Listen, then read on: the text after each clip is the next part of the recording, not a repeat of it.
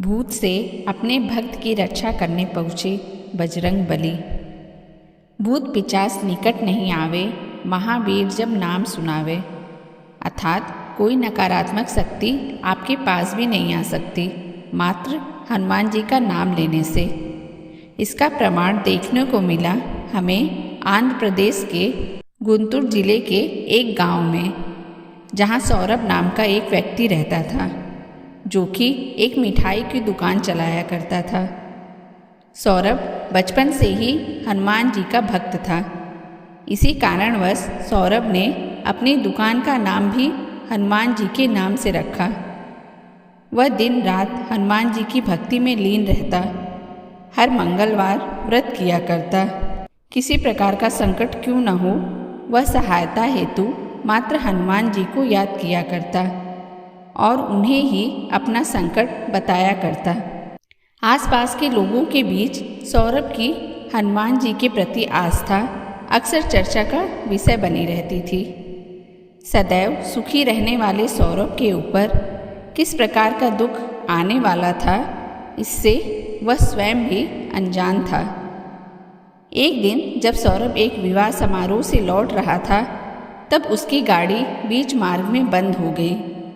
उसने गाड़ी को चालू करने का बहुत प्रयास किया, परंतु वह सफल ना हुआ। तब उसने गाड़ी को धक्का देकर आगे बढ़ाना शुरू किया। तभी उसे प्रतीत हुआ कि जैसे किसी ने उसके दोनों पैर पकड़ लिए हों।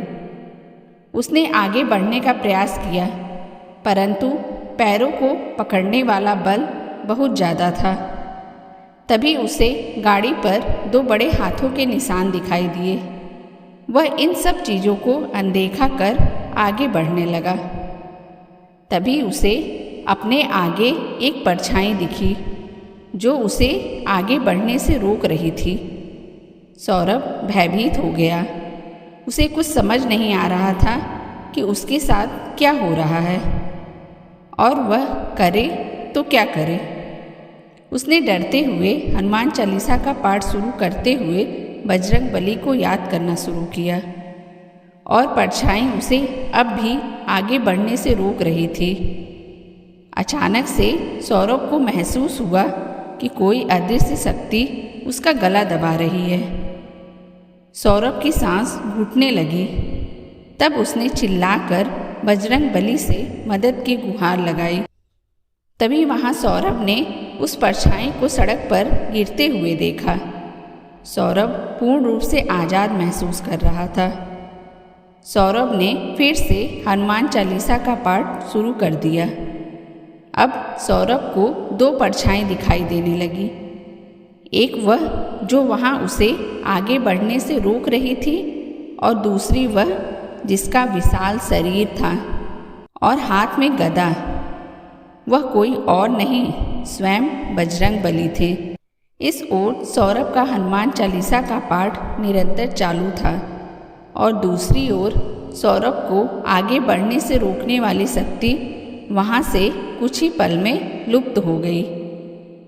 तब सौरभ ने हनुमान जी रूपी परछाई के आगे झुककर नमस्कार व धन्यवाद अर्पित किया।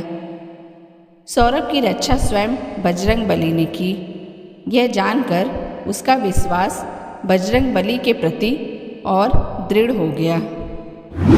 फ्रेंड्स, अगर आपको हमारी ये कहानियाँ अच्छी लगती हैं तो प्लीज़ मेरे चैनल को सब्सक्राइब करें। Thank you.